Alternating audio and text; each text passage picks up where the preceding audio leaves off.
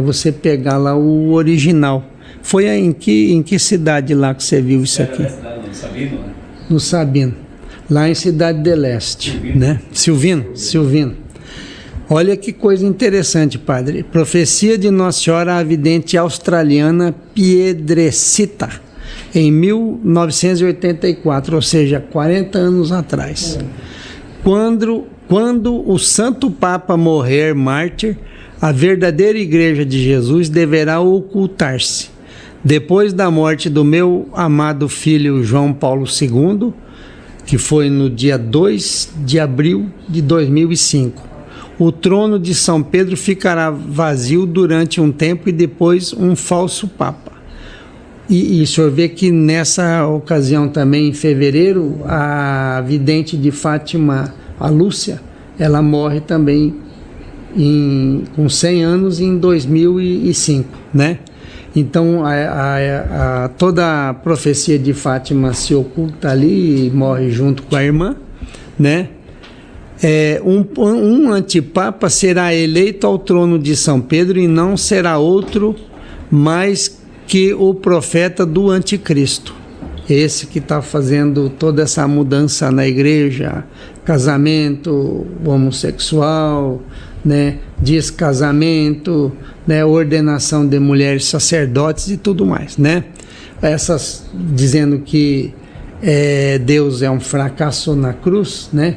A morte de cruz, né? A via sacra é um fracasso de Deus, né?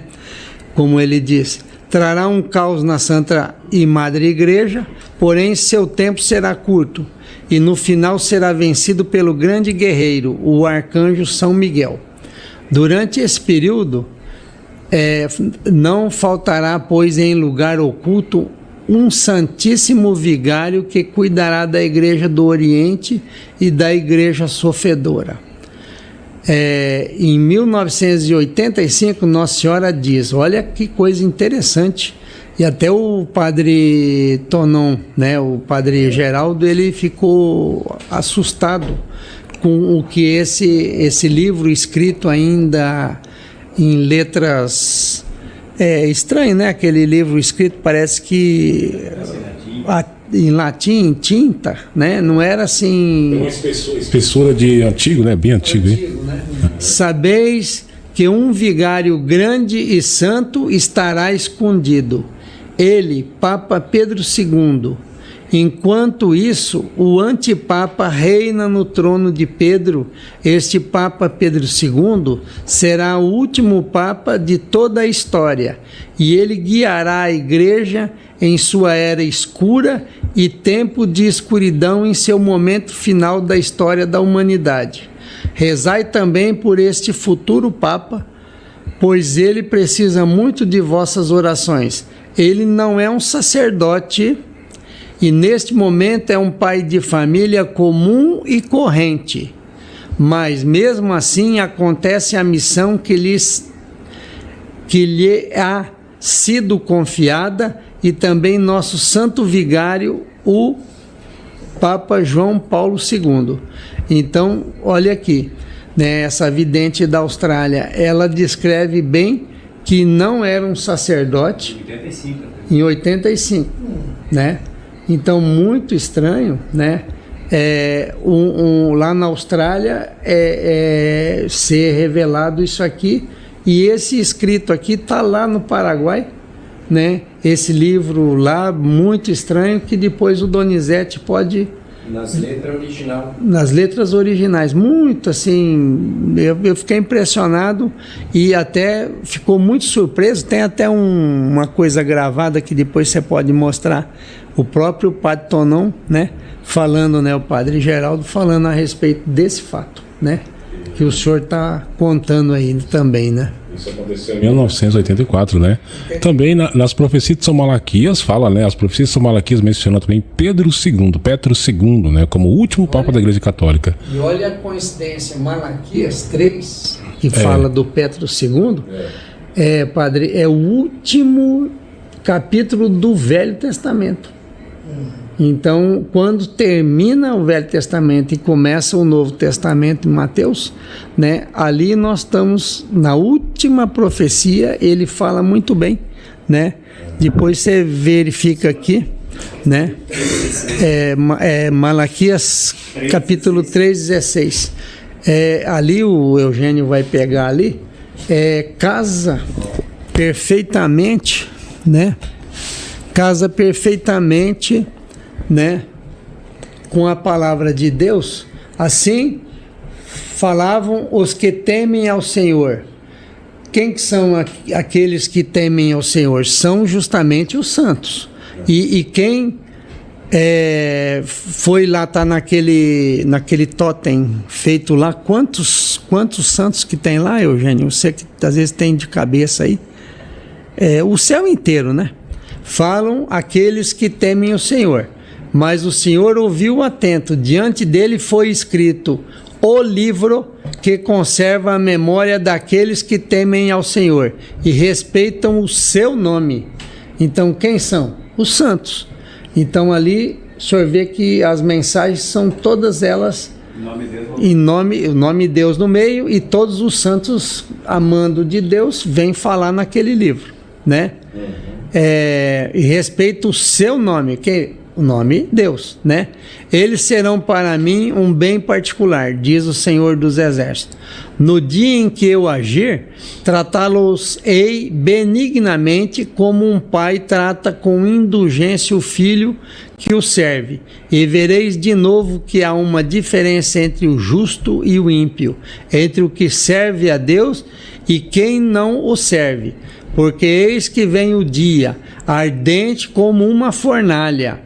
Então aqui, Rony, mostra aquilo que você estava perguntando para o padre, né? A fornalha, ela vai queimar todo mundo que não tiver naqueles 144 mil que serão arrebatados, né? Eles vão ser salvos muitos, né? 1/4, né? Daquela parábola lá do semeador que semeia lá, mas vai ter que passar pela tribulação. Quem são aquela multidão incontável?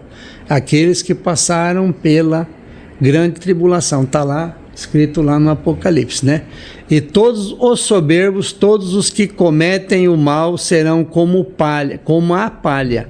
Este dia que vai vir os queimará, diz o Senhor dos Exércitos, e nada ficará, nem raiz nem ramos, né? Quer dizer, nem os pais nem os filhos, né?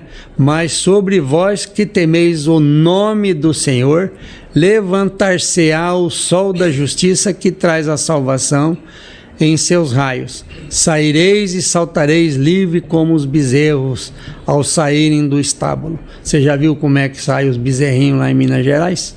Levantando o rabo e correndo, pulando, né? Alegre quando eles saem lá do estábulo, né? Pisarei aos pés os ímpios, os quais serão pó. Quer dizer, vai sobrar pó do ímpio, né? Sob a planta de vossos pés no dia em que eu agir, diz o Senhor dos Exércitos, né?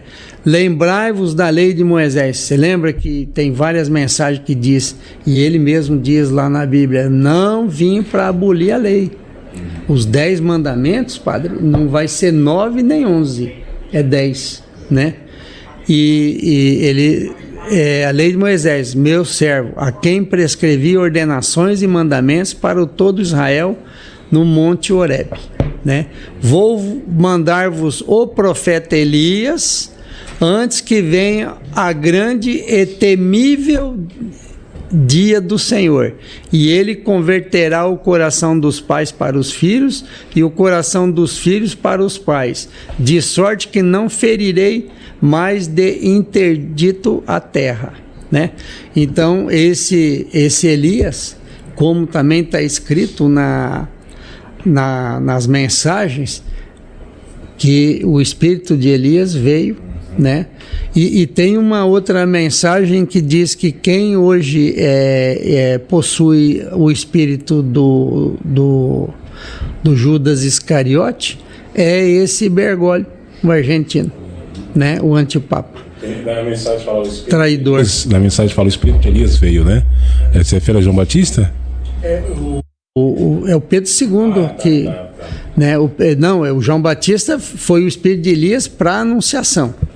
E para o terceiro milênio seria o espírito de Elias que estava com o Pedro II. Né? Então nós podemos assim, não vai se assustar, padre, mas Essa passagem aqui. explicar uma passagem, mas pelo amor, aí eu vou pedir para o padre já me ajudar, porque aí eu sou médico, padre, eu não sou nenhum Já dissera a Moisés: o Senhor nosso Deus vos suscitará dentre os vossos irmãos um profeta semelhante a mim. A este ouvirei em tudo o que ele vos disser. Todo aquele que não ouvir este profeta será exterminado no meio do povo. Deuteronômio 18, 15, 19. Todos os profetas que têm falado sucessivamente desde Samuel anunciaram esses dias. Vós sois filhos de profetas e da aliança que Deus estabeleceu com os nossos pais quando disse a Abraão: na tua descendência serão abençoadas todas as famílias da terra. Isso aqui, padre, eu estava outro dia, num outro programa, nós estávamos falando a respeito dos sobrenomes novos cristãos. O senhor tem conhecimento que aqui no Brasil, a maioria dos novos cristãos, ou seja, as pessoas que assinam nomes de plantas, nomes de coisas da natureza, nomes de bicho, nomes de acidentes geográficos, eles na verdade, então vamos dar exemplo: planta, Pereira, Oliveira, Carvalho, né? Nome de bicho, Bezerra, Leão, Carneiro, todos esses nomes aí, né? São de bichos também. Coisas da natureza: barro, rio, rocha, ribeiro, né? Bahia, né? Pedra, pedroso, né? Silva, silvestre, né? Que vem do mato. Silva é do mato. Então, esse Silva, Carvalho, tal, essa negrada, tudo, né? Eles são descendentes direto de Abraão, que fala aqui justamente esses novos cristãos. E eles estão no Brasil. Quando fala que o judeu ele vai se converter, na verdade ele está sendo explicado aqui na Bíblia que essa conversão foi na diáspora judaica. As pessoas não sabem, padre, eu não sei se o senhor tem esse conhecimento, quando eles transferiram para Roma, Pedro e São Paulo, né? Os dois pilares da igreja, eles foram para Roma, um preso e o outro espontaneamente foi deslocado de Jerusalém para Roma. Uma filha de um fariseu, aqueles que assassinaram Jesus, né? Os deicidas, né? Deus, Sida, assassinos de Deus. Esses assassinos de Deus, que lá o Eugênio sempre cita no programa aqui, nós temos que ser igual os apóstolos depois que mataram Jesus. Os sacerdotes reunidos bateram neles e tudo mais, eles iam executar. O Gamaliel, que intercedeu, falou: não façam guerra, né? O senhor lembra bem essa passagem. E eles, então, corajosamente disseram assim, né? Nós vamos obedecer a Deus. Pare de falar nesse nome de Jesus, pare de fazer exorcismos e falar desse tal de Jesus que nós matamos. Voltem a congregar conosco. Hoje, padre, é o que a gente está convidando o senhor. O senhor não tem que estar dentro da igreja romana. A igreja romana já está destruída, né? Desde 2 de abril de 2005, desligou o céu da terra. Não tem mais. A partir da morte, João Paulo II. Né? A partir da morte, né? Uhum. Eu acredito que esses sacramentos, como o Pedro II falou, não vai lá porque é uma falsa hóstia, né? trabalhar para Deus igual Judas, né? Judas, Deus sabia que ele ia trair. E ele não foi condenado porque traiu. Ele foi condenado porque suicidou. Não se arrependeu. Se ele pedisse perdão a Deus, Sim. né?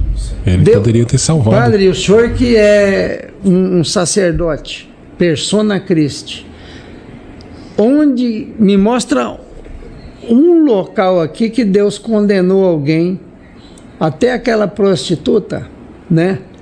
Ele falou, mas quem são que estão te acusando? Cadê eles?